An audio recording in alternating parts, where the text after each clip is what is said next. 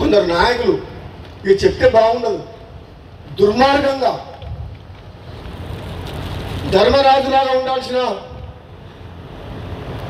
జానారెడ్డి గారు కూడా మహాభారతంలో ధృతరాష్ట్రం పాత్ర పోషిస్తుంది. నాకైతే బాధ అనిపిస్తుంది.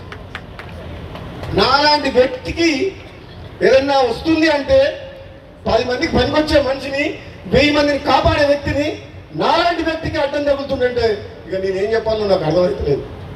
అందుకని ఇంతకంటే ఎక్కువ చెప్పలేను. ఇప్పటికే చెప్పదలుచుకుని చెప్పిన మనసులో ఉన్నది చెప్పినా మరి నన్ను చూస్తే భయపడుతున్నారు అందరూ. నేను వస్తున్నట్టు బామ్మడి వస్తే ఏం చేస్తాడో ఆయన మా మాట ఇంటాడో ఏడో అనుకుంటున్నా ఏందో మరి. అధిష్టానమేమో ఇస్తా అంటుంది, కొందరికి చెమటలు పడుతున్నాయి. ఎందుకు?